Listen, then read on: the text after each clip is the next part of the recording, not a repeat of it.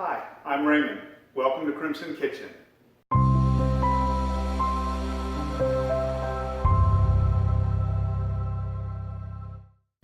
You know, breakfast can be really great on keto because there are a lot of things that are back on the menu, like bacon and eggs, sausage, ham. But on the other hand, there are a lot of things that are off the menu, like potatoes, toast, jelly, oatmeal, and biscuits. I'm from the South, so for me, biscuits are particularly painful because we have this tradition in the South known as sopping things up with a biscuit. Yeah, if you're from the South, you know what I'm talking about. If you're not, stick around. I'd love to share a tradition with you. Today, I'm going to show you how to make a biscuit that fits with the ketogenic diet using almond flour. It's delicious, so let's get started. First, we want to preheat our oven to 350 degrees. Next, let's prep our baking sheet. You can spray this with a light coat of olive oil or butter spray. I like to just cover mine with a sheet of parchment paper. This makes for easy cleanup later. For our ingredients here, we're just going to need a few things. We need 2½ tablespoons of almond flour, half a tablespoon of psyllium husk powder, a 1/4 teaspoon of baking powder, a little salt, just a little salt to taste. I use sea salt. You can use whatever salt you prefer. This is optional. I like to add a little bit of thyme, just a sprinkle of thyme, a pinch. It adds a kind of a woodsy, earthy kind of aroma and just a hint of that home-baked taste. 1 egg, 1 tablespoon of butter.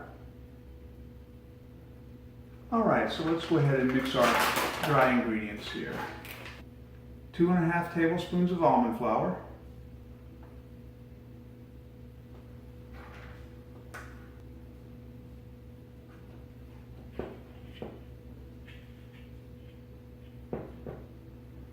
Half a tablespoon of psyllium husk powder.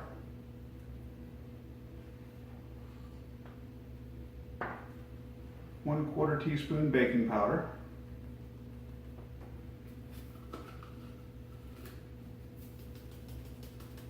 Just a hint of salt. So now let's incorporate these very well. Mix these up. And let's go add our wet ingredients. First, we're going to microwave our butter for about 30-45 seconds, get it melted.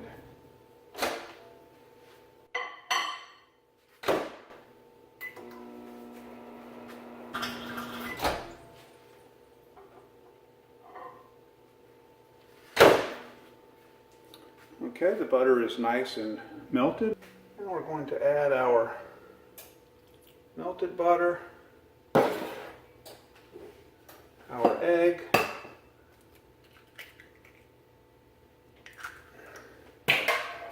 and this is where I like to shake in just a little thyme.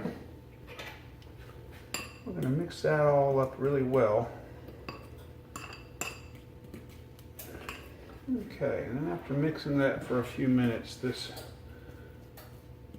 dough will solidify and we'll be ready to make some biscuits out of it. Now here you're going to want to wet your hands and make sure that they're nice and wet because otherwise this dough is going to be sticky. Now this is going to make 2 biscuits or 1 great big biscuit, and then from there you can extrapolate and vary the recipe in whatever way you like. Now what you want to do is you want to form these into a nice biscuit shape about the size that you want it, because it's not going to rise very much, not like traditional biscuits. Now we're going to put these in the oven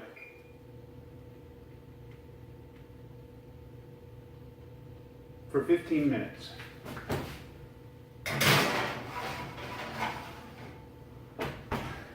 And while those are cooking, I'm going to make myself some bacon and eggs, and then we'll be back for a taste test. Before we do a taste test, let's butter our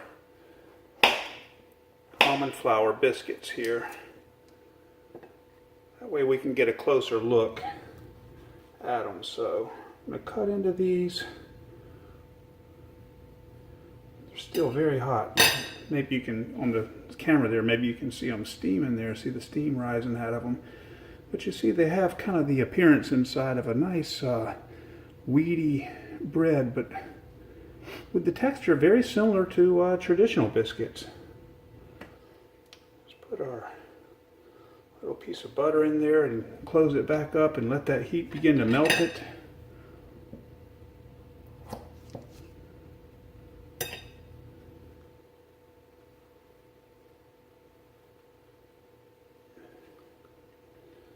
Oh yeah, nice and soft. Okay, now maybe you'll join me for breakfast. Okay, and I'm sitting down to this delicious breakfast. First of all, let's get another look at these biscuits here.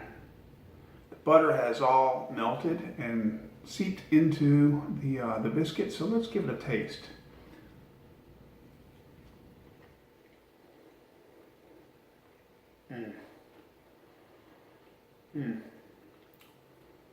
Very, very good.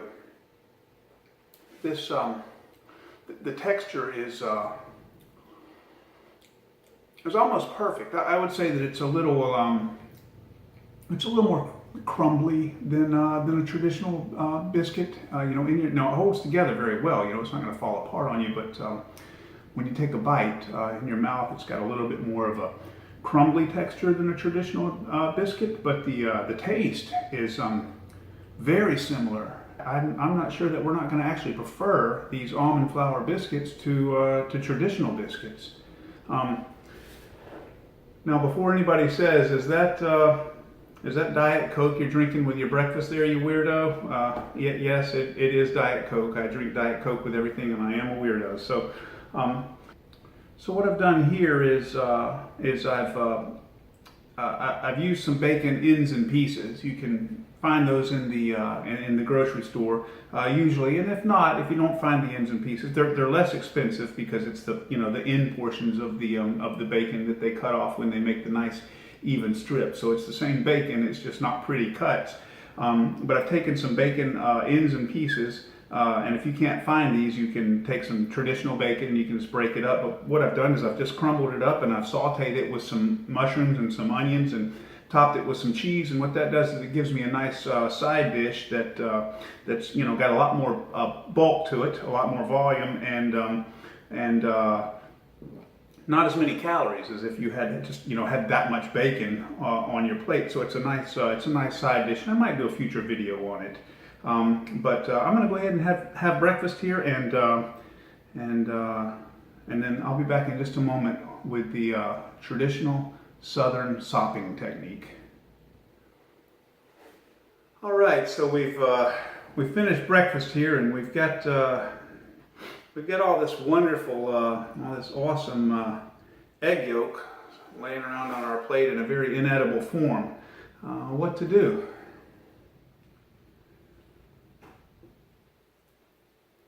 Oh yeah, that's called sopping it up with a biscuit. Woo!